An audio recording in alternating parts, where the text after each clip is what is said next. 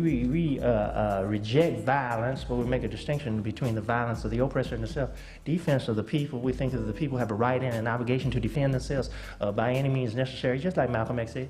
And you know, some people, sometimes if you want to get rid of the gun, you got to pick the gun up.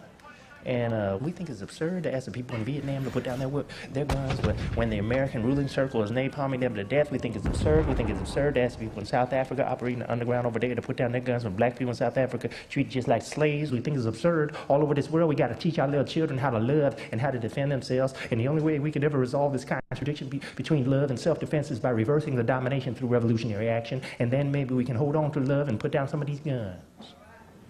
Okay? Look. I don't even like guns. I hear guns clicking around my head and make me nervous. Okay, look. I don't need no gun to do my thing. Mao Zedong said that power grows out the barrel of a gun. He never said that power was a gun. That's why I don't need no gun to do my thing. What I need is some freedom. What I need is the power to determine my destiny. Sound pretty good, doesn't it? Let's make that number one on the Black Panther Party Top 10, 10-point party platform, October 1966. What we want and what we believe. Number one, we want freedom. Period. We want the power to determine the destiny of our black community. Period. Number two, we want full employment for our people. That's right. That's what the brothers and sisters out on block tell me. I say, what's happening? They say, Huey, I need a job. That's what's happening. I say, right on. So do I. Maybe we can work together. Number three, we want an end to the robbery by the white man of the black community. Wait a minute, that doesn't sound right. Hold on. Hold on. Not everybody trying to rip off the black community is white. A lot of them are black. Huh? We're not anti-white, we're anti-wrong. Type this up.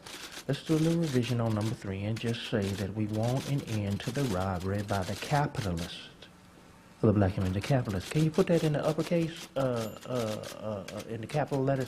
I think it starts with a C. I'm not sure. Okay, a capitalist.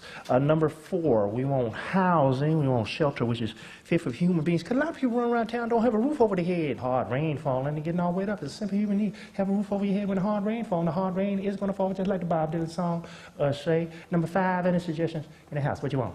Huh? What you want? You want some education? Want some education? What kind of education you want? Education which what? Reveals the true nature of this decadent American society? That's what I thought you said. Type that up. Okay, good. We want an education which teaches us our true history and our role in the present-day American society. Put a semicolon in between the first part and the second part. A lot of young people are going to be reading the 10 points and want it to be grammatically correct. Okay, don't want to be accused of bad punctuation. Okay, number six, I think we should deal with Vietnam straight up and just say that we want all black men exempt from military service. That's right. We want all black men exempt from military service, because you can't have a black man going over there to fight the yellow man for the white man when the white man stole his land from the red man. Okay, that makes a nice rhyme, but no political sense whatsoever. Okay, we dealt with Vietnam. Let's deal straight up with the streets of Oakland and just say that we want an immediate end to police brutality and stop the murder of black people. Stop the murder of black people. Stop the murder of black people. Look.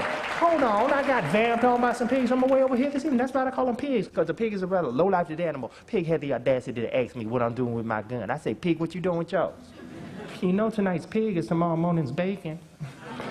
People, that's why I could never be a black Muslim. I like my bacon too much. Okay. Number eight, we want all black men immediately released from federal, state, county, city jails and penitentiaries. Let them go free. They have not had a fair trial. They haven't been tried by a jury of their peers. The constitutional rights have been violated. Let's elaborate on this. For number nine, and just say that when black people are brought to trial in this country, we want them tried in a court of law, not out on the street by some pig, but in a court of law by a jury of their peers, as specified by the Constitution of the United States of America. Simple constitutional right to be tried by a jury of your peers. All right, let's do a little summation for number 10, okay? Let's sum it up. Now, what do we want, people? We want some land? Huh? You want some land? Type it up. You want land? You want bread? All right, that's it. Type it up. Land, bread, housing, education, clothing. I know you want a black leather jacket. Don't worry. We're going to hook you up. Okay. Land, bread, housing, education, clothing. Land, bread, housing, education, clothing. Justice, that's a good one. Always looking for justice. I went to the state penitentiary looking for justice. That's just what I found. Just us. Land, bread, housing, education, clothing, justice.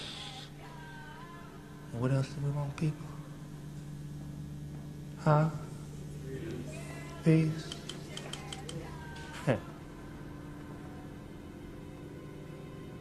I got your peace.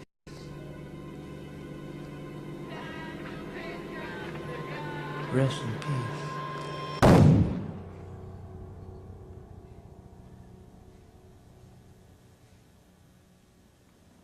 Huey P. Newton shoots up integrated theater audience, details at 11. I got you. But that's what they're interested in, though, ain't it? Hmm? Ain't it? I'm talking about the white media. That's what they like, isn't it? Black man with a gun, sensationalism, shoot 'em up. And I must admit that in the early days, we were quite sensational, were we not?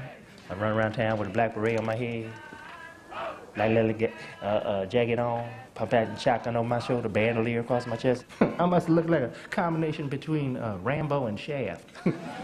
What do you call that, Shambo? We engaged people in a whole lot of rhetoric when we should have been using more organizing tactics. We were perhaps premature in introducing the whole concept of armed struggle to the black community. We used a lot of filthy words, a lot of bad language in the black community, which wound up alienating us from the black community, especially the black church. So after a while, you go to a Black Panther rally, all you see is white folks there. Don't laugh, you know it's true. I would even have to go so far as to say that we set ourselves up to be murdered. But that does not absolve the white press from the blame. The white press deserves. The white press serves the white establishment, and they are required to write a lot of nonsense about how all the Black Panther Party want to do is kill white people, kill police officers. That's a bunch of nonsense. We have guns. Yes, we did have guns, but they were registered guns.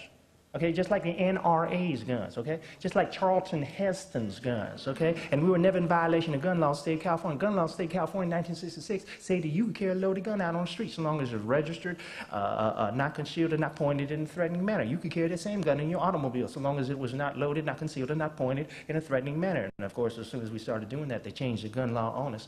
But we had books, we had law books, we had legal education. The legal education was just as much as an important part of our self-defense program as the guns. But you don't read about that, do you? You don't read about the survival programs that we had going on for the people. Free children breakfast program, trying to feed some of these little hungry kids before they go off to school in the morning. You don't read about that. You don't read about the educational program that we had going on for these kids, for the older folks as well. You don't read about the shoe giveaway, clothing giveaway, coat giveaway that we had going on back east so people don't freeze to death during the winter months. You don't read about that. You don't read about the free prison busing program where we bus people from the communities out to the prison, to the penitentiaries, so that people can visit the loved ones who are incarcerated. You don't read about that. You don't read about the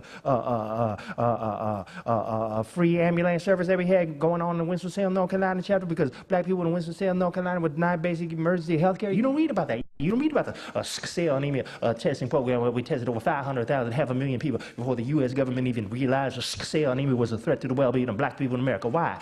Because there's no guns there, no sensationalism there, no dramatic value. It doesn't sell newspapers, it doesn't boost the television ratings. It's just some black people getting organized to help some other black people.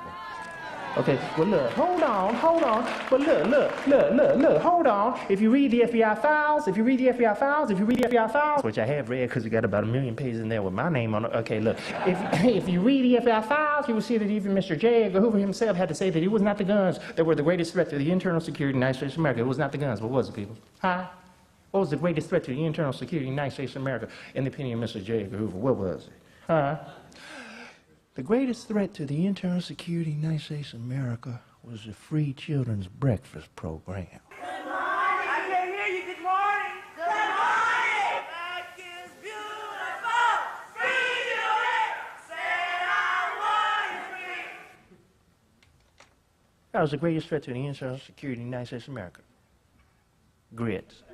Now, why was it free? Huh? In the opinion, Mr. J.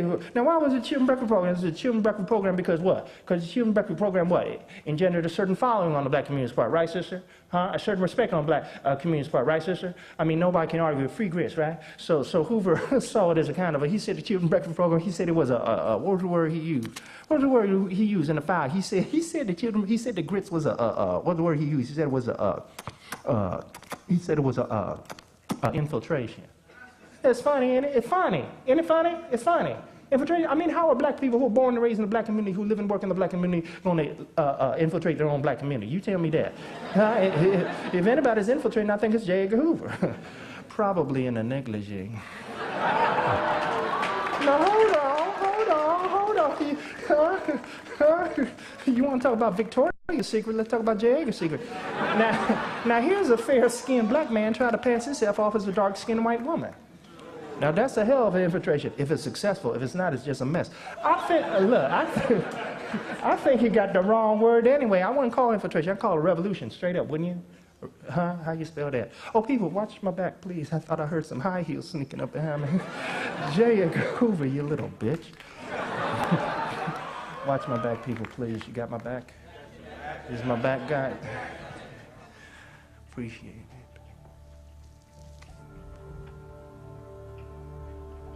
it. Love and put down some of these guns. Okay? Look, I don't even like guns. I hear guns clicking around my head and make me nervous.